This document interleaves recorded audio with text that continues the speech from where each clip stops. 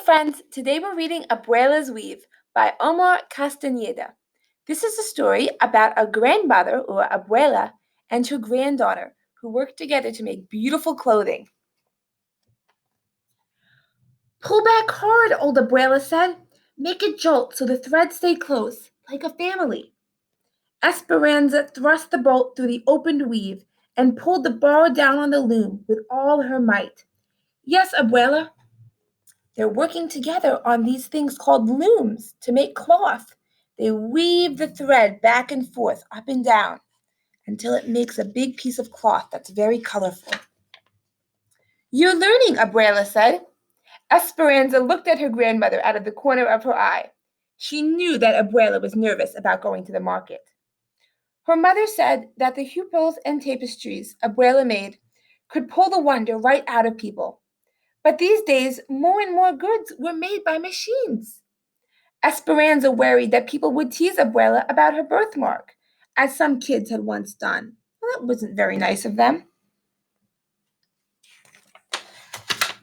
Daydreaming again? Abuela asked. Yes, Abuela. Well, the old woman said, get busy because there are too few days left until market. You still have a lot of work to do on the looms, and there will be many other people selling the same kinds of cloth. Don't worry, Abuela. I'll work hard, she said.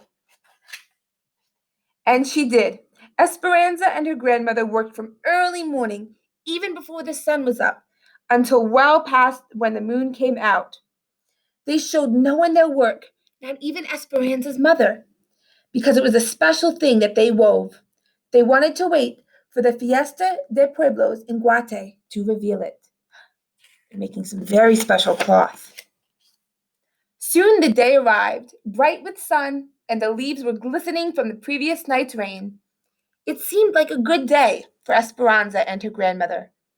Abuela appeared disguised as a woman in a black shirt.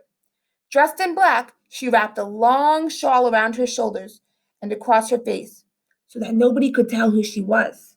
I wonder why she's hiding who she is. Esperanza, however, wore her favorite hupil. It was a white blouse with red, blue, and green threads in the rectangular collar. See the rectangle collar? It has red, blue, and green threads.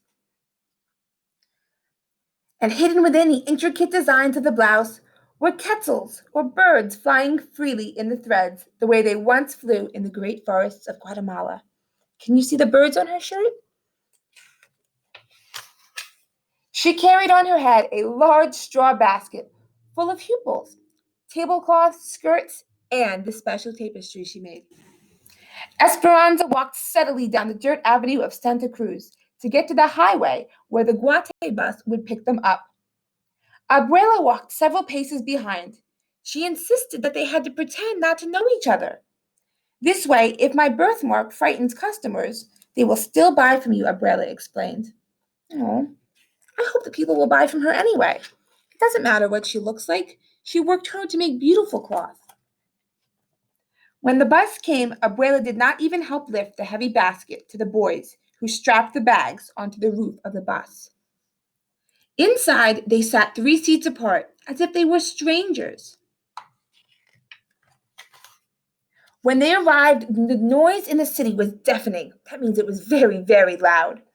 Large buses roared down the narrow streets, sending out clouds of black fumes.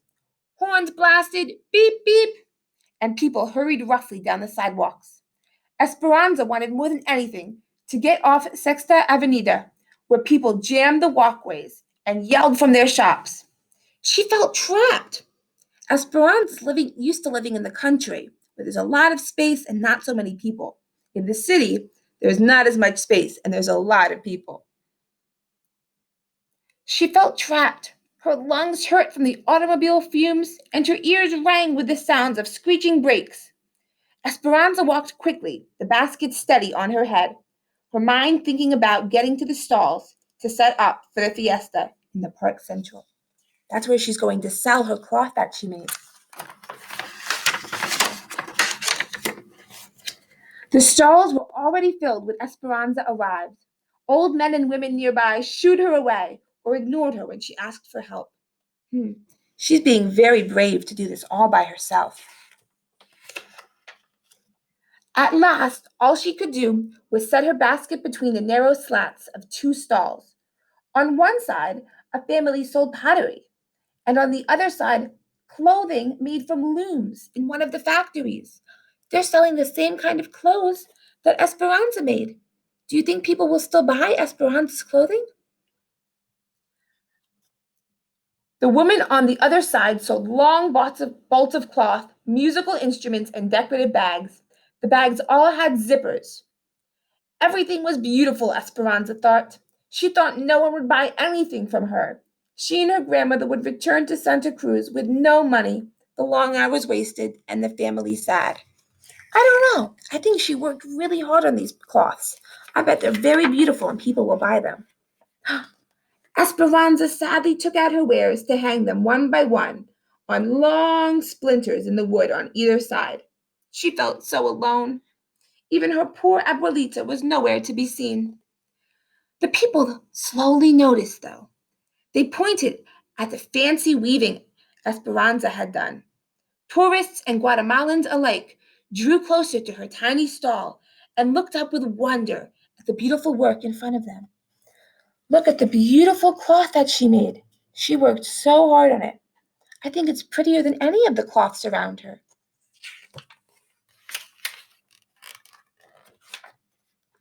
People turned from the commercial stalls to stand before Esperanza's complex weaving. When she looked up, Esperanza saw Abuela with a smile across her face. There's Abuela. It didn't take long for all of their work to be sold that day. The people were sad when everything is gone, but Esperanza promised to come back with new things the next month.